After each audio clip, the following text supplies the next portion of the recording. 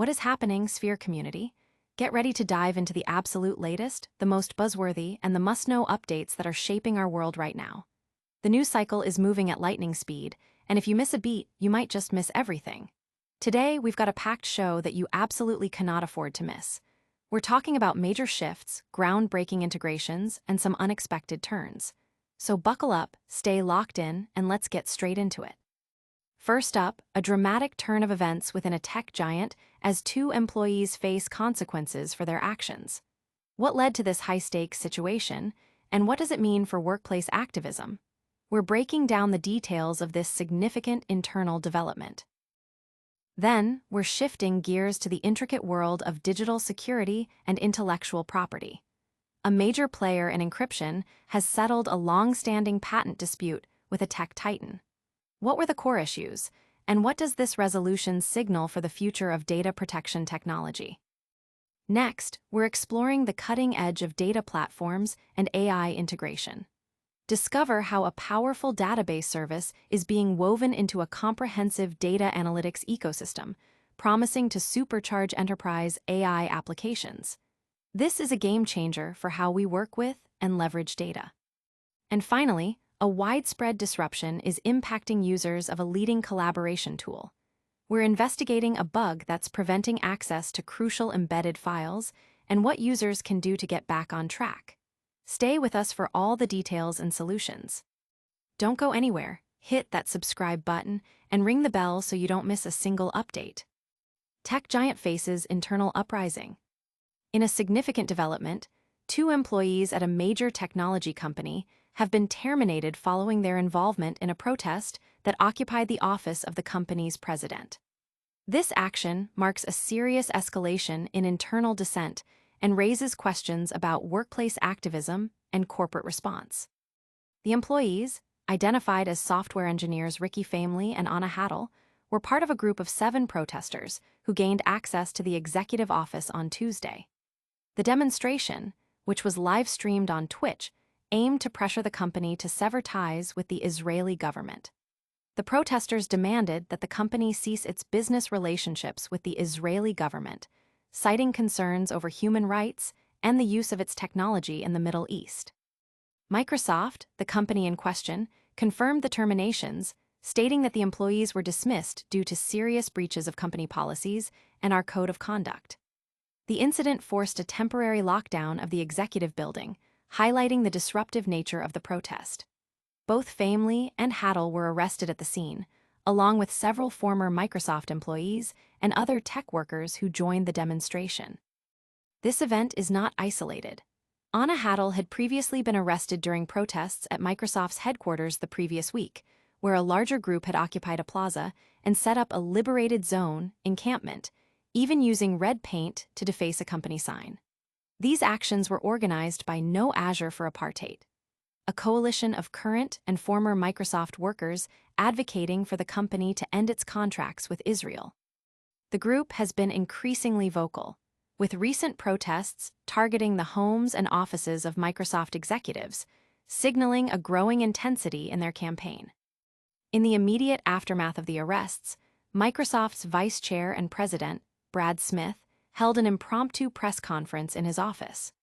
Addressing reporters and a live YouTube audience, Smith reiterated the company's commitment to upholding human rights principles and its terms of service in the Middle East. He also mentioned an ongoing investigation into reports that Microsoft's Azure cloud platform was allegedly being used for surveillance of Palestinians, a claim that surfaced earlier in the month. The situation has drawn a wide range of reactions. While some support the employees' right to protest and voice their concerns, others point to the company's adherence to its code of conduct and the impact of such actions on the workplace. Analysts are closely watching how Microsoft navigates these internal tensions and its broader ethical responsibilities in its global operations. The firings underscore the company's stance on employee conduct and the potential repercussions for disruptive activism. But the story of corporate accountability and employee relations is far from over. Next, we're diving into a legal battle that has finally reached a resolution, impacting the landscape of data security and patent law. Encryption vendor and tech giant settle patent dispute. In a significant legal development, encryption vendor Virtru has reached a confidential settlement with Microsoft, bringing an end to a 3-year patent infringement lawsuit. The case, centered on Virtru's patented technology for secure data sharing and messaging, saw Virtru allege that Microsoft's Purview message encryption product infringed upon its intellectual property. The core of the dispute lay in Virtru's patented method for enabling secure data sharing without requiring recipients to create new credentials. Virtru, founded in 2012, claimed that Microsoft had copied key elements of its technology after initial partnership discussions between 2015 and 2017. According to Virtru's amended complaint filed in May 2022, the company shared confidential architecture documents and technical demonstrations with Microsoft executives and engineering leads during meetings in December 2016 and 2017. These discussions reportedly detailed how Virtru's federated identity system worked and its potential applications, including within Microsoft's Office 365 suite. Following these talks, Virtru alleged that Microsoft ceased communications only to launch a similar encryption service months later, which Virtru contended directly replicated its approach and violated 3 of its patents. Virtru accused Microsoft of both direct and induced infringement. Direct infringement was claimed based on Microsoft's development and deployment of encryption technologies utilizing federated access systems. Induced infringement was alleged due to Microsoft encouraging its clients to use the accused products in ways that violated Virtru's patents. Virtru sought substantial monetary damages, enhanced damages for willful infringement, and injunctive relief to prevent further use of its patented methods. Microsoft, however, denied these claims.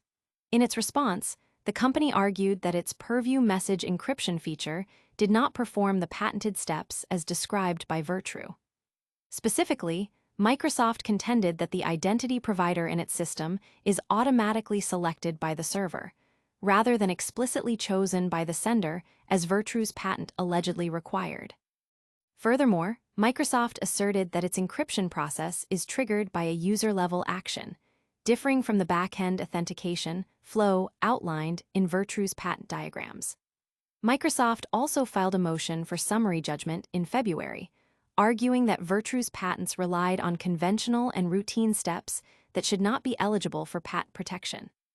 Despite the legal back and forth, the settlement marks a significant win for Virtru, reinforcing the value of its innovative approach to data security.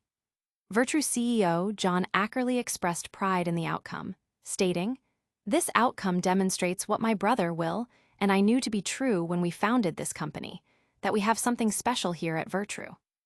The company recently secured $50 million in funding, underscoring its growth and focus on unstructured data governance and AI. This resolution is being closely watched by the tech industry, particularly in the realm of data security and intellectual property. It highlights the complexities of patent law in a rapidly evolving technological landscape and the challenges startups face when asserting their rights against larger corporations. The settlement, though confidential, is expected to have implications for how companies protect their innovations and navigate potential infringement claims in the future. Now that we've seen how technology giants resolve disputes, let's turn our attention to how they're integrating new technologies.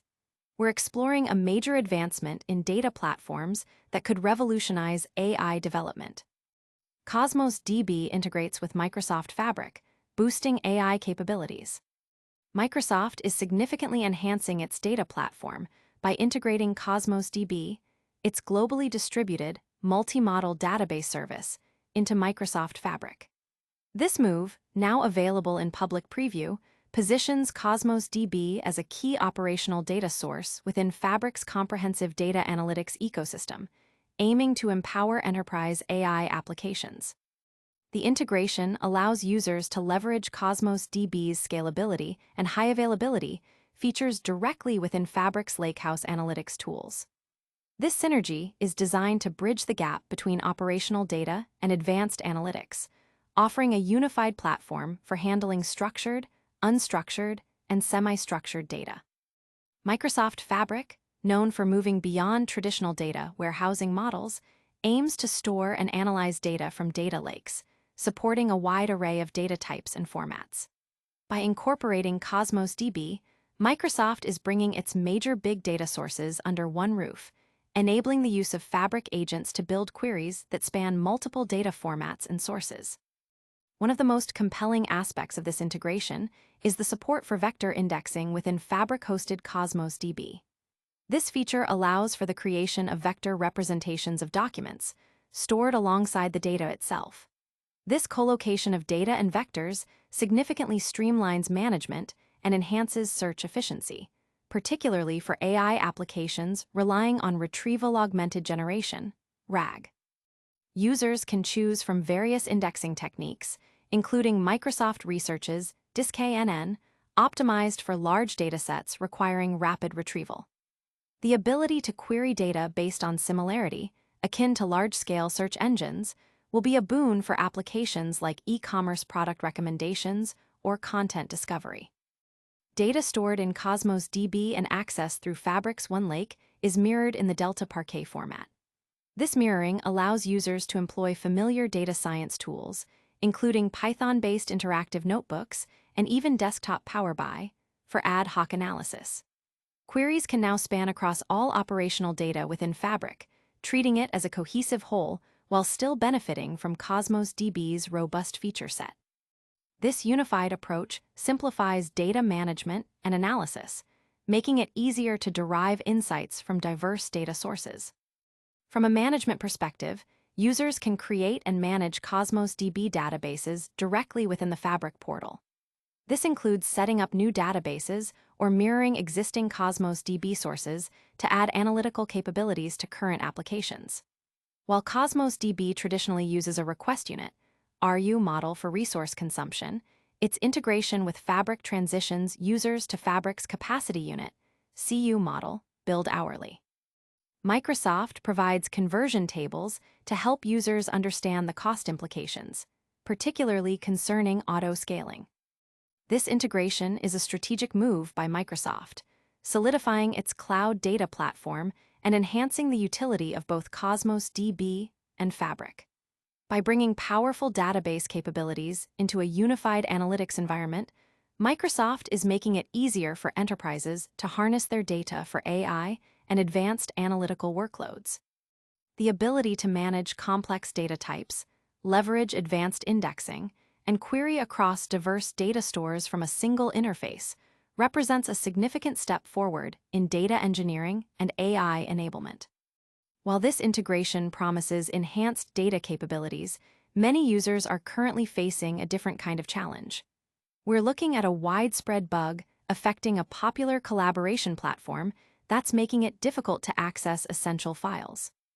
Microsoft Teams bug cripples access to embedded Office files. Users of Microsoft Teams are currently experiencing a significant disruption, with a widespread bug preventing them from accessing embedded Microsoft Office documents directly within the collaboration platform.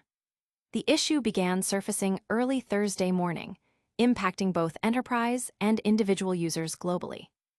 The problem manifests when users attempt to open Word, Excel, or PowerPoint files that have been embedded within Teams channels and chats. Instead of the expected document view, users are encountering errors, effectively breaking a core functionality of Teams that facilitates seamless inline co-authoring and real-time collaboration. This feature normally allows users to work on documents without needing to switch to separate Office applications, a key aspect of Teams' productivity suite. Microsoft has officially acknowledged the problem, assigning it incident ID TM11433347 on the Microsoft 365 Service Health dashboard.